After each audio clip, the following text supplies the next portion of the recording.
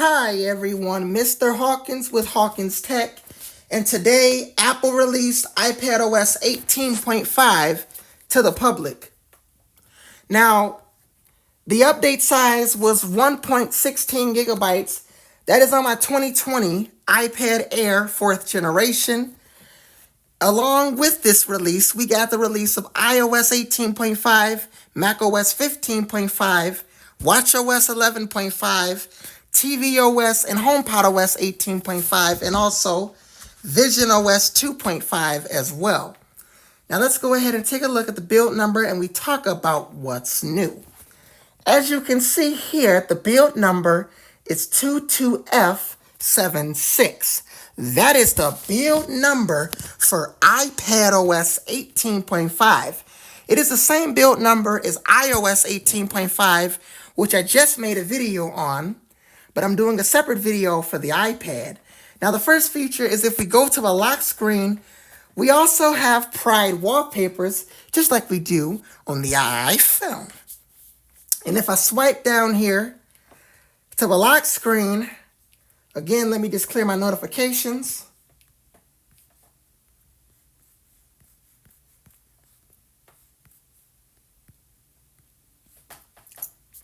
We have a really nice animation to the new wallpaper, and this is called the Pride Harmony wallpaper.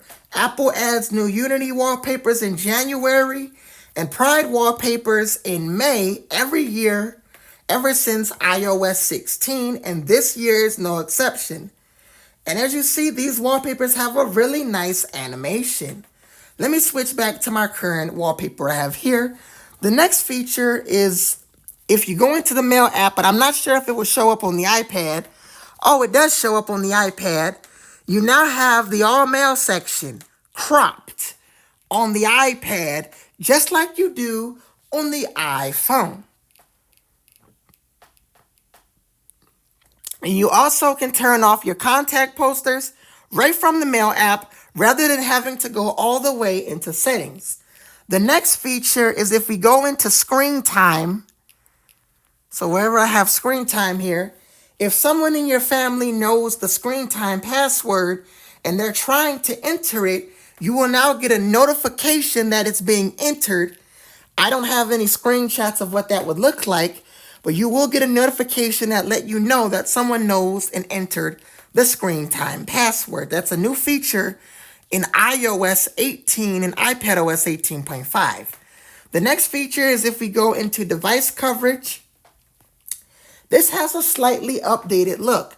You can see it showing the red Apple Care or Apple Care Plus logo. It doesn't appear to show that on here, but it's showing the Apple Care Plus logo. That's a nice new feature in iOS 18.5. Now there is a back tap feature for the iPhone, but it doesn't appear to show on the iPad as the iPad doesn't support back tap. But as far as performance with this update, well, I just installed it on my iPad Air, but performance is pretty great. Scrolling in the app library, everything seems to work as it should. If I go into podcasts, see if any splash screens, none over here. Apple Music, no new splash screens over here either. If I go into the App Store, we don't have any new splash screens here either. Now, as far as what's new or what's next from Apple, well, this week we're supposed to get iOS 18.6 betas and then also iOS 19. iOS 19 will be shown off in June, on June 9th. And I'm going to have a video that Sunday showing you how to prepare to update to the iOS 19 developer beta. Now, I'm most likely not going to be installing the beta. That could change in the future if I upgrade my iPhone 12, but keep the iPhone 12. I would use it as a beta testing device.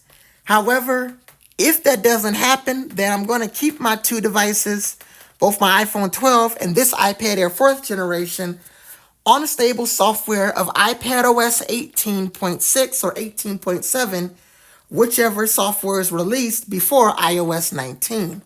As far as anything else from Apple, well, that's it for iPadOS 18.5.